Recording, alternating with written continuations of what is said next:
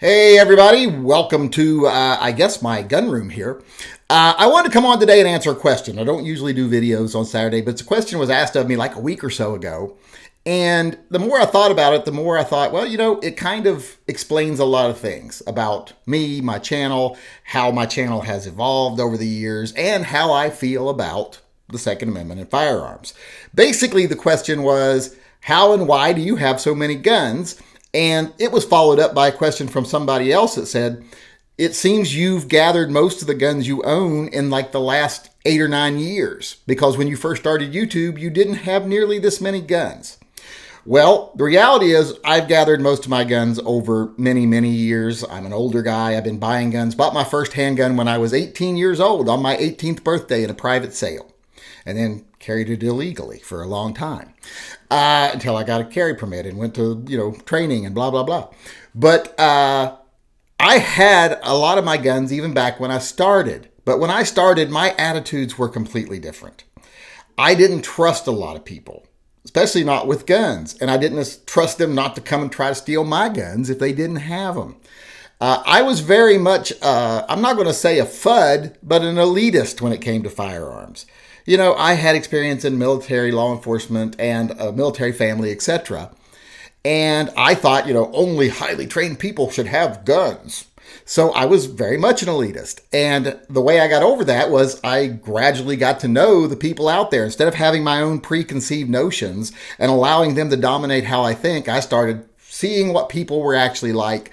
And I started believing more and more people should exercise their rights, that this country would be better off if more people did take responsibility, and that I think most people are more than adequately prepared to be firearms owners and defend their country, etc. So my attitudes about people changed. Now, I still don't like most people, but, I'll take a dog any day over a person. But like I said, I really opened up my eyes and changed my opinions when I got to know people in the gun community, people that I wouldn't normally associate with. So I did have those guns. I was just very paranoid about showing them. Plus, I didn't know what the internet was all about back then. I hardly knew it was a thing.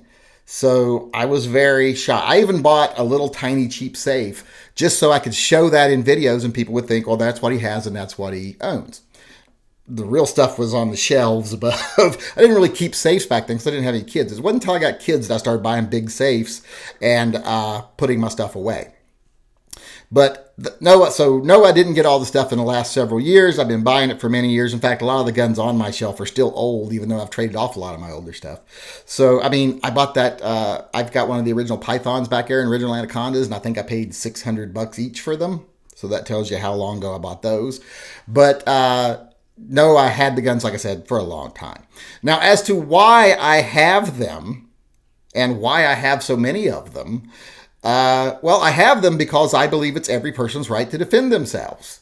And it's every person's obligation to be prepared to defend yourself and your fellow American in times of trouble. If we're ever attacked from,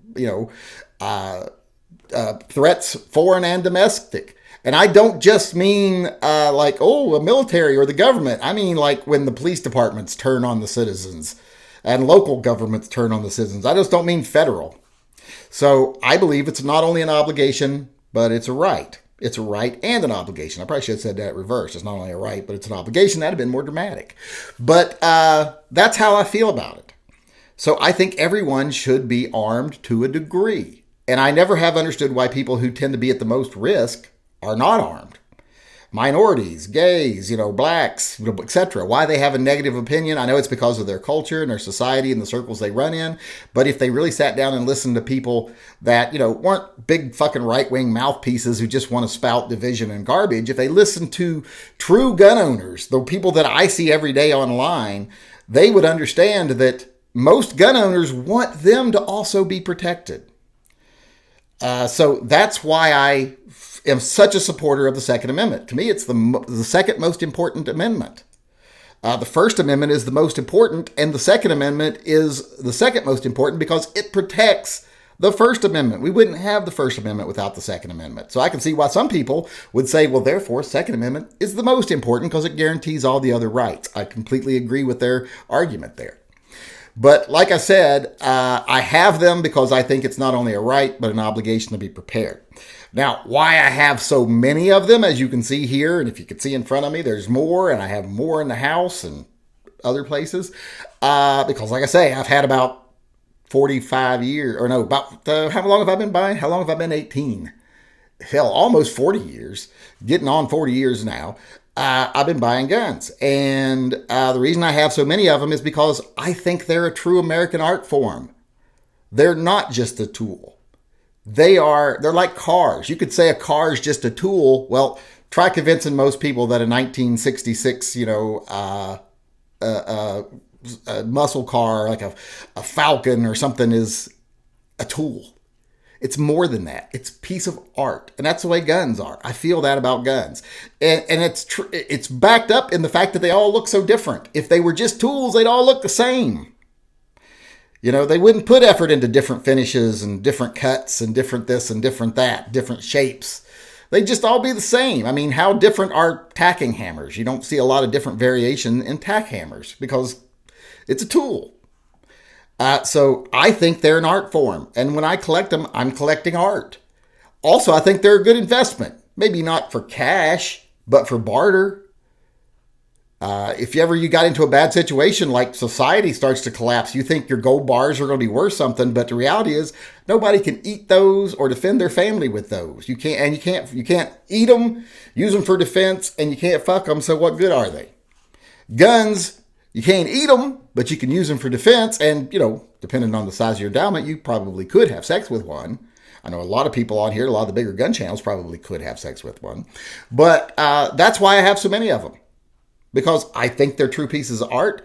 I really do enjoy the complexities and the intricacies of each different firearm and learning how to take them apart and put them back together. I think it's a good learning experience and it's a good skill to have. And I also, like I said, think that if things ever got bad, it's great to have a spare. Not just for yourself, but like for your neighbor. I'm not one of these every man's an island and you're going to rely on your own self or die. Well, no, that's not going to work. That's something ignorant people think. It's something these stupid tactitard instructors teach you. But community is a necessity when surviving in a bad situation. So that answers the questions. No, I haven't bought them all in the last 10 years. I've had them for many, many years. I just didn't show them to you. And I still don't show you everything. The reason I have them, like I said, is because I think it's every person's right and obligation to be prepared. And 3, like I said, they're pieces of art and they're a good investment.